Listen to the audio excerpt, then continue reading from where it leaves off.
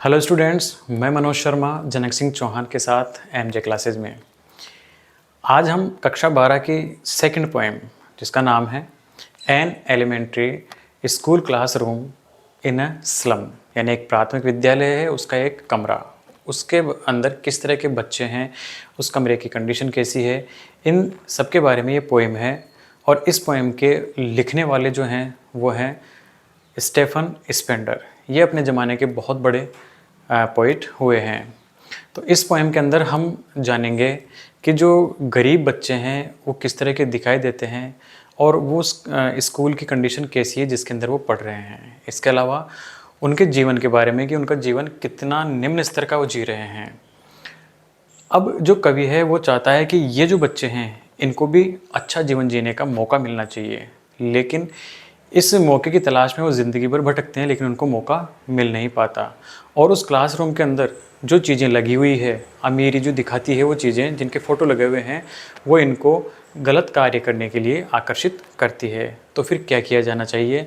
तो इसी के लिए जो पोएट है वो इस पूरी पोएम में अपील करता है गवर्नमेंट बॉडीज़ से, विजिटर्स से और उन जर्नलिस्ट से कि ये यहाँ पर देखने के लिए तो आते हैं लेकिन इनके लिए कुछ करते नहीं हैं। तो उनसे अपील करते हैं कि कम से कम इन बच्चों के लिए इतना कुछ किया जाए कि ये अब एक बेहतर ज़िंदगी जी सकें और एक अच्छे नागरिक बन सकें। अगर आप इस एक्सप्लेनेशंस को पीडीएफ फॉर्मेट में प्राप्त करना चाहते हैं तो नीचे जो डिस्क्रिप्शन बॉक्स है उसके अंदर एक लिंक है, वहाँ से आप इसको डाउनलोड करके पीडीएफ में प्राप्त कर सकते हैं। इसके अलावा अगर इस पोएम की वर्ड टू वर्ड ट्रांसलेशन के साथ पढ़ना चाहते हैं तो भी आपको नीचे ही डिस्क्रिप्शन बॉक्स में एक लिंक मिलेगा, जिससे मेरा एक पुराना वीडियो है उस पर ये लिंक लेकर जाएगा और वहाँ से आप इस पोएम को पूरा पढ़ सकते हैं। तो अब हम चलते हैं कंप्यूटर स्क्रीन पर एक्सप्लेनेशंस के लिए। तो इस पोएम का हम पहला स्टांजा देखते हैं और पहला स्टांजा बनाते हैं यहाँ से फार फार से लेकर और रेड्स आइज़, क्योंकि यहीं पर हमारा पहला फुल स्टॉप है और लगभग 4 लाइन भी पूरी हो जाती है यहाँ पर। तो ये एक पहला स्टांजा देखते हैं और इसको देखते हैं हम थोड़ा सा हिंदी ट्रांसलेशन, क्योंकि हमें एक्सप्लेनेशन के अंदर इन्हीं लाइनों का ट्रांसलेशन सही तरीके से करते हुए एक्सप्लेनेशन लिखना है। तो यहाँ पर देखो far far from gusty waves, gusty यानी ताकतवर होता ही है, हमने देखा जब इसको पढ़ा था। दीज चिल्ड्रंस फेसेस, कि जिस तरह समुद्र के अंदर जो लहरें उठती हैं उनमें बहुत ज़्यादा ताकत होती है, वो बहुत ज़्यादा ताकतवर होती है, अपने आने वाली जितनी भी सामने जो बाधाएं आती हैं उनको पार कर लेती है या उनको ख़त्म कर देती है। उस ताकत से इन बच्चों के जो चेहरे हैं वो बहुत बहुत दूर हैं, यानी इन बच्चों के चेहरों से ये पता नहीं चलता कि इनमें कोई ताकत बची हुई है। लाइक रूटलेस वीड्स, ये जो बच्चे हैं ये किसकी तरह होते हैं? रूटलेस वीड्स की तरह, जिनको कोई चाहता नहीं है, नेगलेक्टेड, कोई इंसान खरपतवार को नहीं चाहता। तो ये बच्चे खरपतवार की तरह होते हैं और उसी खरपतवार की तरह इनके चेहरों के ऊपर बाल बिखरे हुए हैं और इनके चेहरे कैसे हैं? पेलर, निस्तेज हैं, जिनके ऊपर किसी प्रकार का कोई तेज नहीं बचा हुआ है। इसी क्लास रूम के अंदर the tall girl with her weed down head, इसी क्लास रूम में क्या है कि एक बच्ची बैठी हुई है, लड़की है और उसका सिर झुका हुआ है। अब यहाँ सिर झुका हुआ है इसका मतलब वो बीमार है, उसके हेड एक भी हो सकता है, सिर दर्द हो सकता है, किसी प्रकार की कोई बीमारी हो सकती है जिसकी वजह से वो सीधी नहीं बैठ पा रही। इसी क्लास में एक बच्चा बैठा हुआ है, द पेपर सेमिंग बॉय, और वो इतना पतला है जैसे कोई कागज़ हो, विद रेड्स आइज़, और उसकी आंखें बिल्कुल चूहे के समान हैं। तो इस पूरे स्टांजा के अंदर उस क्लासरूम के अंदर जो बच्चे बैठे हुए हैं उनकी कंडीशन कवि हमें बताता है। तो अब देखते हैं इसका एक्सप्लेनेशन। सबसे पहले हम लिखेंगे रेफरेंस। तो रेफरेंस के अंदर वही सेम रटी हुई lines, these lines have been taken from the poem. अब यहाँ पर पोएम का नाम है an elementary school classroom in a slum which is written by, जो लिखी गई है स्टेफन स्पेंडर के द्वारा। ख़त्म। इसके बाद सेकंड नंबर पे लेते हैं हम कॉन्टेक्स्ट। कॉन्टेक्स्ट में हमने लिखा कि इस स्टांजा के अंदर क्या कहा गया है, क्योंकि इस पोएम के अंदर प्रत्येक स्टांजा अगर जो जितने भी स्टांजाज हैं उनके अंदर अलग अलग बातें कही गई है, अलग अलग वर्णन किया गया है, इसलिए इस स्टांजा का हम लिखेंगे। तो इस स्टांजा में देखो क्या कहा गया है कि in these lines the poet describes miserable condition of poor slum area children. इस स्टांजा के अंदर क्या करता है जो पोइट है वो उन गरीब बच्चों की दयनीय स्थिति के बारे में वर्णन करता है जो उस स्कूल में पढ़ते हैं। तीसरे नंबर पे देखते हैं हम एक्सप्लेनेशन कि अब एक्सप्लेनेशन में क्या लिखेंगे। तो उन सभी लाइंस का हिंदी अनुवाद हम लाइन से लाइन जोड़कर थोड़ा बड़ा चढ़ाकर इसमें लिखते हैं। तो the poet says in these lines these children, in lines के अंदर, ये दीज नहीं है दोबारा, इन लाइंस के अंदर वो कहता है कि ये जो बच्चे हैं are very far from strongness of waves of sea, कि जिस तरह समुद्र की लहरें मजबूती होती है, ताकतवर होती है, वैसी ताकत इन बच्चों में नहीं है, इस ताकत से बहुत दूर हैं ये बच्चे। Their physical appearance is very miserable, और उनकी शारीरिक जो स्थिति है, शारीरिक रूप से उनकी जो उपस्थिति है, दिखावट है, वो बहुत ही दयनीय है।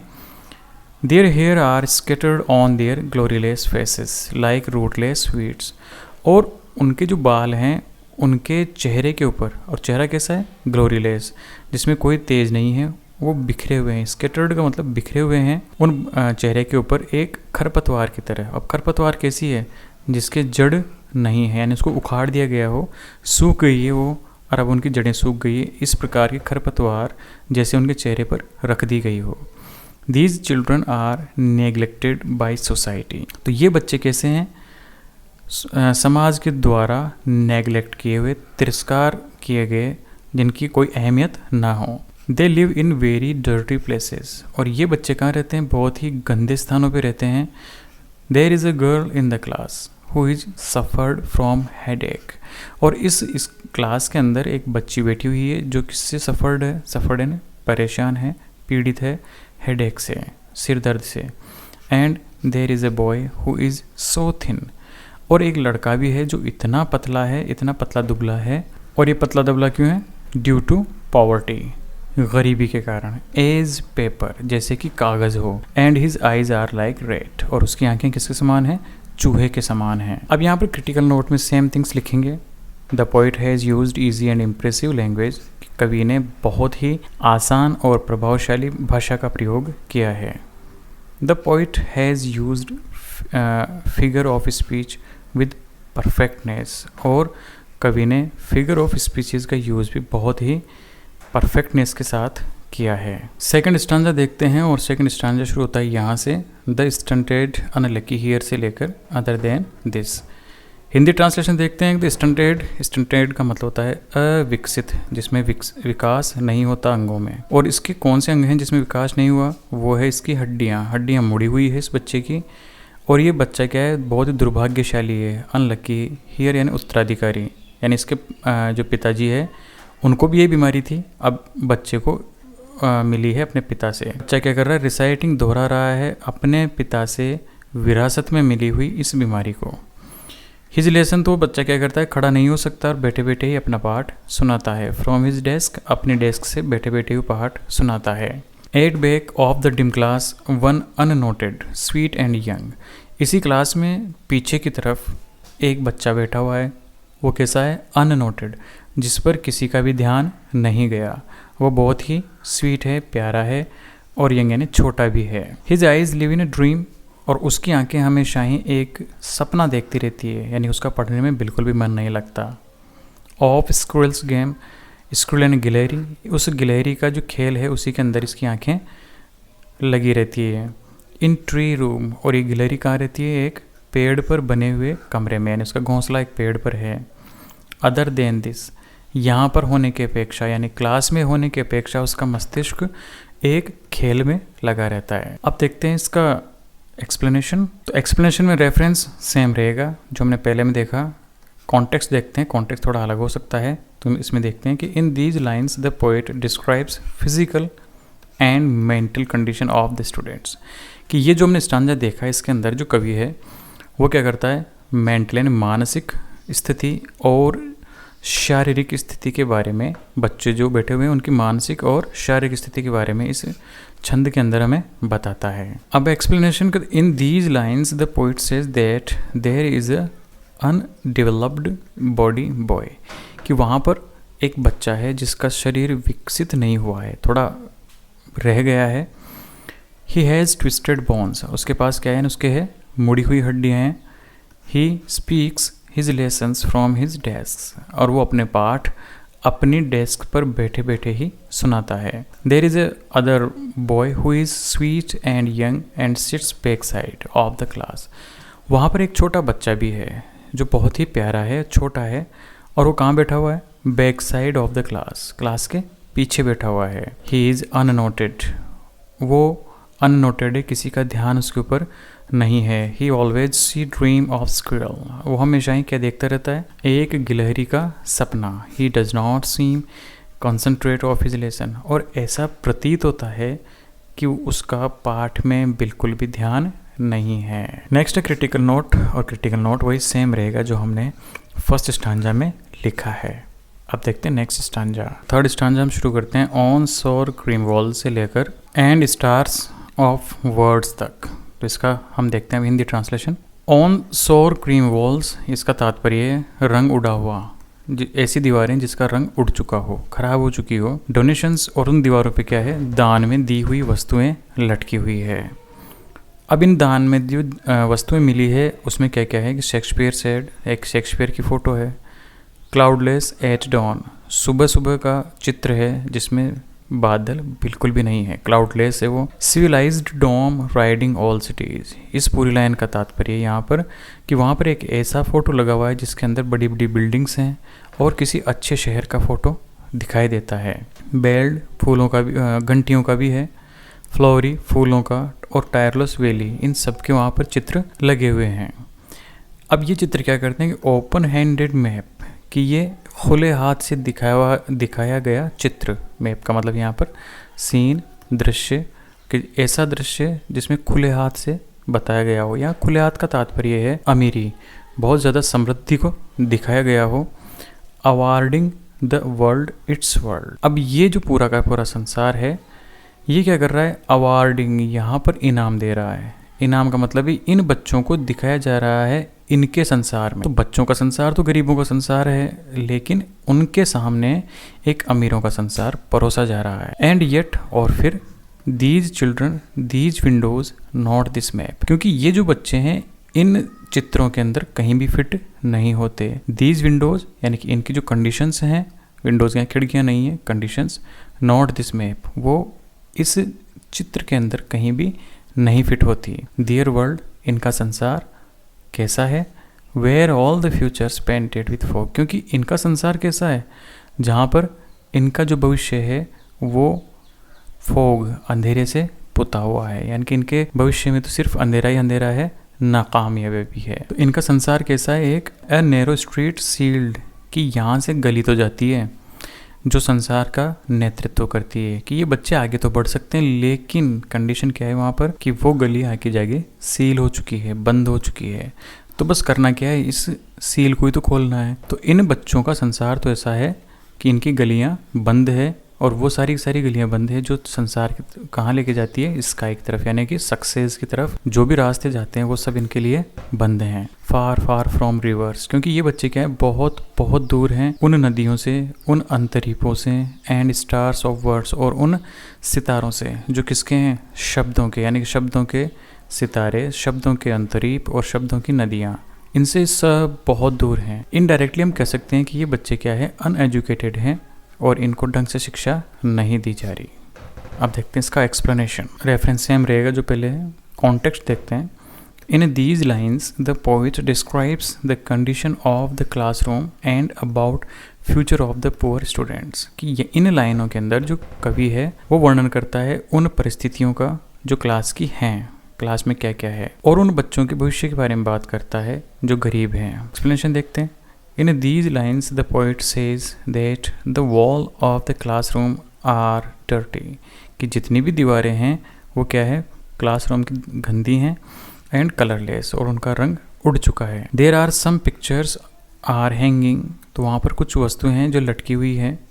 There is a Shakespeare's head, अब वहाँ पर पहली पिक्चर किसकी है?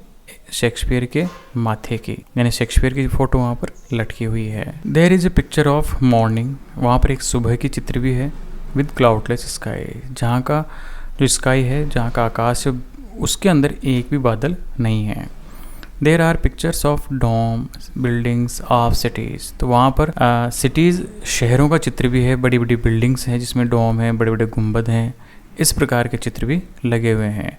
इसके अलावा टायरलेस वैली का चित्र है जो ऑस्ट्रिया के अंदर है। फ्लावर्स एंड चर्चेस, और वहाँ पर गिरजाघरों के, फूलों के इनके चित्र लगे हुए हैं।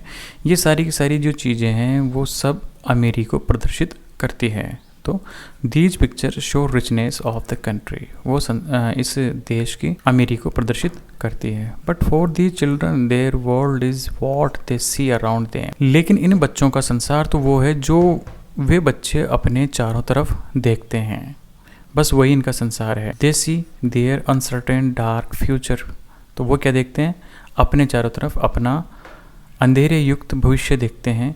क्यों? Because they are very far from rivers, caps and stars of words, क्योंकि वो तो बहुत दूर हैं शब्दों से, यानी वो तो एजुकेशन से बहुत बहुत दूर हैं, तो उनको अपना जो भविष्य अंधकारमय ही लगता है। क्रिटिकल नोट लिखेंगे वो बिल्कुल सेम रहेगा जो हमने पहले देखा। फोर्थ एक्सप्लेनेशन देखते हैं, और फोर्थ एक्सप्लेनेशन शुरू होता है हमारा श्योरली शेक्सपियर से लेकर और एज बिग एज डूम तक। ट्रांसलेशन देखते हैं कि श्योरली शेक्सपियर इज विक्ड, तो निश्चित रूप से जो शेक्सपियर का चित्र है वो क्या है, विक्ड यानी पतित।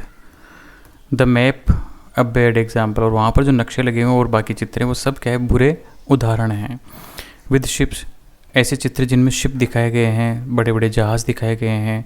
एंड सन, और वो सूर्य। And love tempting them to steal, और ये सब क्या करते हैं कि उनके लिए आकर्षण पैदा करते हैं, प्रेम पैदा करते हैं चोरी के प्रति, यानी ये बच्चे क्या करते हैं, इस प्रकार का जीवन जीने के लिए फिर चोरियां करते हैं। For lives that sillily turn in their cramped holes, और ये जो स्थिति है, ये जो इच्छाएं हैं वो क्या करती है, कब उनकी क्रैम्प्ड हॉल यानी जो संकड़े हॉल हैं, हॉल यानी यहाँ पर होम, उनके घर, उन घरों में वो रहते हैं, उन घरों में किस प्रकार से ये परिस्थितियाँ घुस जाती है जिनका उनको भी कोई पता नहीं होता। From fog to endless night, और इस प्रकार उनके घरों में क्या होता है, फॉग, इस प्रकार की धुंध होती है जिनकी रात्रि कभी ख़त्म ही नहीं होती, यानी इतने धुंधलापन रहता है, इतना पॉल्यूशन होता है वहाँ पर, उजाले की कोई व्यवस्था नहीं होती। लेकिन इनके छोटे तो घर होते हैं, तिरपालों से ढके हुए होते हैं, तो वहाँ पर रोशनी की उचित व्यवस्था नहीं होती। यहाँ पर तात्पर्य कि इनका जीवन जो है वो बिल्कुल अंधकारमय है, तो उनमें कोई सक्सेस नहीं होती, तो इसी प्रकार का जीवन जीते जीते ख़त्म कर देते हैं। तो ऑन देयर स्लेग हीप, अब इनका जीवन कैसे चलता है बच्चों का, स्लेग हीप, स्लेग कहते हैं जो धातु की जो भट्टियाँ होती है, धातु की जो कल कारखाने होते हैं उनसे निकला हुआ अपशिष्ट पदार्थ, जिनके अंदर कुछ न कुछ धातु के टुकड़े मिल जाते हैं, जिनको बेचकर ये बच्चे अपना गुजारा करते हैं, तो उनके ढेर के ऊपर ही अपना जीवन गुजारते हैं कचरा बीनते हुए। The children wear skins peeped through the by bones and spectacles of steel with mended glass, और इन बच्चों की जो स्किन है, इनकी जो चमड़ी है वो झांकती हुई रहती है, पीप्ड का मतलब झांकना, थ्रू बाई बोन्स, हड्डियों के ऊपर से झांकती रहती है, तात्पर्य है इनकी जो हड्डियां हैं वो चमड़ी से बाहर दिखती रहती है। एंड स्पेक्टेकल्स, और उनके जो चश्मे हैं, ये जो चश्मे पहनते हैं बच्चे स्टील के पहनते हैं, विद मैंडेड ग्लास, मैंडेड का मतलब मरम्मत किए हुए, यानी इस तरह से दिखाई देते हैं, टूटे फूटे चश्मे पहनते हैं, और इस तरह के ग्लास दिखाई देते हैं कि जिस तरह से कोई बोतल को तोड़कर इनके अंदर फिट कर दिया गया हो। All of their time and space are foggy slum, और उनका पूरा का पूरा जो समय है वो कहाँ गुजरता है, उन अंधेरे युक्त, उन धुंध भरी स्लम्स के अंदर। So blot their maps with slums as big as doom, तो अब क्या करें कि सरकार क्या चाहती है, अगर गरीबी मिटाना चाहती है, इनको सबको खत्म करना चाहती है, इस नक्शे को खत्म करना चाहती है गरीबी को, प्लॉट यानी दाग, इस दाग को अगर स्टैंड को मिटाना चाहती है तो क्या करें, एक ही साथ मास्टर स्ट्रोक लगाया जाए, और डोम यानी आखिर के दिन, लास्ट डे ऑफ जजमेंट, तो लास्ट डे की तरह इन सब गरीबों को एक ही स्ट्रोक के अंदर ख़त्म कर दिया जाए। या तो एक ये तरीका है, या फिर दूसरा तरीका क्या है वो हम अगले स्टैंजा में देखेंगे। रेफरेंस सेम रहेगा, कॉन्टेक्स्ट में देखते हैं कि in these lines the poet says that the pictures which are hanging in the classroom are useless and meaningless for the slum school students, कि वो जो सारी पिक्चर्स हैं जो लटकी हुई है क्लासरूम के अंदर, वो सारी सारी इन बच्चों के लिए यूजलेस है और अर्थहीन है। बस इतना ही लिखेंगे। कॉन्टेक्स्ट में एक्सप्लेनेशंस में देखते हैं। In this stanza the poet says that the picture of Shakespeare is meaningless and other pictures are also bad examples for them, कि वहाँ पर जो पिक्चर लटकी हुई है शेक्सपियर की, और साथ में अन्य जितनी भी चित्र लटके हुए हैं वो सारे के सारे बुरे उदाहरण हैं इन बच्चों के लिए। अब बुरा उदाहरण क्यों है? क्योंकि all the pictures are symbol of prosperity and civilisation, कि जितने भी चित्र वहाँ पर लटके हुए हैं वो समृद्धि, प्रॉस्पेरिटी समृद्धि के प्रतीक हैं, और सभ्यता के प्रतीक हैं। All pictures encourage them for stealing and crime. और ये सारे के सारे चित्र प्रोत्साहित करते हैं इन बच्चों को चोरी करने के लिए और अपराध करने के लिए। These children live in narrow halls means in little homes. ये बच्चे क्या करते हैं, बहुत ही संकड़े छोटे छोटे घरों के अंदर रहते हैं। यहाँ हॉल्स का मतलब है घर, तो वो छोटे छोटे घरों में रहते हैं। They sleep uncomfortably. और ये जो बच्चे हैं बहुत ही अनकम्फर्ट, बहुत ही पीड़ा के साथ सोते हैं। They are poor and can be seen on the slag heaps. ये बच्चे बहुत गरीब हैं और इनको देखा जा सकता है धातु कर्म के बाद जो कचरा बचता है उनके ढेर के ऊपर इनको देखा जा सकता है। They wear glasses that are broken. ये इस तरह के चश्मे पहनते हैं जो टूटे हुए कांच के होते हैं। They spend their all time in foggy slums. और ये अपना पूरा जीवन उन धुंध भरी कच्ची बस्तियों में बिताते हैं। तो in last line the poet says that this stain of slums can be remove by a stroke of term. तो लास्ट लाइन में जो कवि है वो ये कहता है कि ये जो धब्बा है गरीबी का या इन कच्ची बस्तियों का जो धब्बा है, इसको किस तरह मिटाया जा सकता है।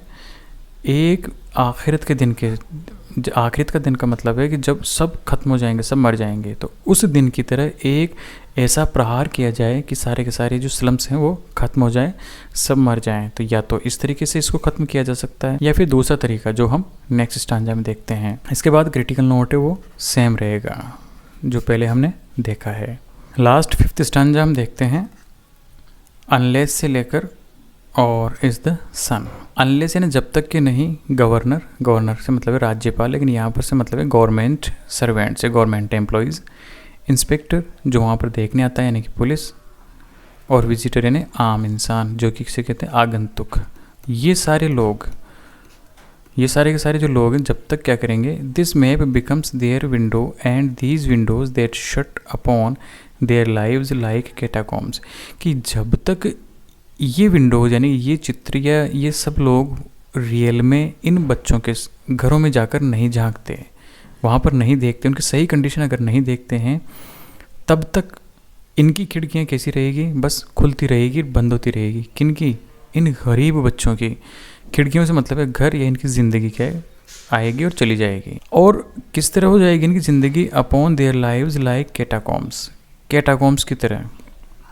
कैटाकॉम्स क्या होता है, चर्च के नीचे जो शव रखने की जगह होती है, एक के ऊपर एक रखे जाते हैं, उसकी तरह ये होते हैं। तो इनकी ज़िंदगी बिल्कुल ऐसी होती है जिसमें केवल जाया तो जा सकता है लेकिन वापस कभी नहीं आया जा सकता। तो इस तरह की इनकी कंडीशंस हो जाएगी या हो रही है।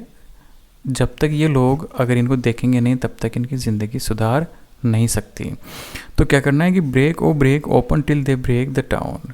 तो इन बंधनों को तोड़ो, ये सरकार से अपील हो रही है कवि की कि इन सभी बंधनों को तोड़ दो या उनके लिए दरवाजे खोल दो। कब तक, जब तक कि जो टाउन है यानी कि वो जो कस्बा है जिसके अंदर अमीर लोग रहते हैं, सिविलाइज्ड लोग रहते हैं, उनकी कंडीशन और इनकी कंडीशन एक नहीं हो जाती, तब तक ये सारे बंधन तोड़ दो। And show the children to green fields. और इन बच्चों को भी वही हरे भरे खेत दिखाए जाएं। And make their world run azure on gold sands. इन बच्चों को भी उस सुनहरी धूप के अंदर, उस सुनहरी रेत के ऊपर घुमाया जाए। And let their tongues run naked into books. और इन बच्चों को भी मुक्त रूप से, नेकेड का मतलब मुक्त रूप से किताबें पढ़ने दी जाएं। The white and green leaves open. उन किताबों, वो किताबें जिनके पन्ने कैसे हैं, सफ़ेद भी हैं और हरे भी हैं। और इनको इतिहास बताया जाए। Their whose language is the sun. जिसकी जो भाषा है वो क्या है, सन है, यानी कि नेचर, प्रकृति है। कवि इसमें यही कहता है कि अगर इन बच्चों को भी अच्छे नागरिक बनाना है तो फिर वो सारी सुविधाएं इनको दी जानी चाहिए जो कस्बों में दी जाती है। अब देखते हैं इसका एक्सप्लेनेशन। रेफरेंस सेम रहेगा, कॉन्टेक्स्ट हम देखते हैं कि इन this stanza poet explains that how can be changed the life of slum schools children. इस स्टांजा, इस छंद के अंदर जो कवि है वो क्या हमें समझाता है कि इन बच्चों की, जो बच्चे कहाँ रहते हैं, स्लम्स के अंदर है, उनकी ज़िंदगी किस तरह से हम बदल सकते हैं। रेफरेंस सेम, कॉन्टेक्स्ट में देखते हैं कि इन this stanza poet explains the how can be change the life of slum schools children. इस स्टांजा के अंदर जो पोएट है वो एक्सप्लेन करता है, बताता है कि किस तरह से इन बच्चों की ज़िंदगी को बदला जा सकता है। क्वेश्चन देखते हैं। इन these lines the poet says that if government visitors and other people work for them, कि अगर सरकारी कर्मचारी, विजिटर्स सामान्य व्यक्ति और अन्य लोग भी अगर इन बच्चों के लिए वाकई हृदय से कार्य करें तो उनकी ज़िंदगी बदली जा सकती है। अन्यथा their life is like catacombs, अन्यथा उनकी ज़िंदगी तो कैटाकॉम्स की तरह है जहाँ पर लाशें एक जगह एक के ऊपर एक रखी जाती है। So these children must be give all the facilities which are available in cities, इसलिए इन बच्चों को वो तमाम सुविधाएं दी जानी चाहिए जो एक कस्बे के अंदर दी जाती है। So let them walk over golden sand beaches, इसलिए उनको घूमने दिया जाए उन सुनहरे रंग के समुद्री तटों पर। रेड बुक्स फ्रीली, उन किताबों को पढ़ने दिया जाए मुक्त रूप से। लेट देम गेन नॉलेज, और उनको ज्ञान प्राप्त करने दिया जाए। Poet suggest all these suggestions, और जो पोइट है हमें इस प्रकार के सुझाव इस कविता के माध्यम से देता है। क्रिटिकल नोट सेम रहेगा। इस तरह से इस कविता के पूरे एक्सप्लेनेशंस कंप्लीट हो चुके हैं। आशा करता हूँ कि ये समझ आई होगी, और इस हस्तलिखित एक्सप्लेनेशंस हैं, इनको डाउनलोड करने के लिए नीचे लिंक है, वहाँ से डाउनलोड करें और प्रिंट आउट ले लें। जय हिंद, जय भारत।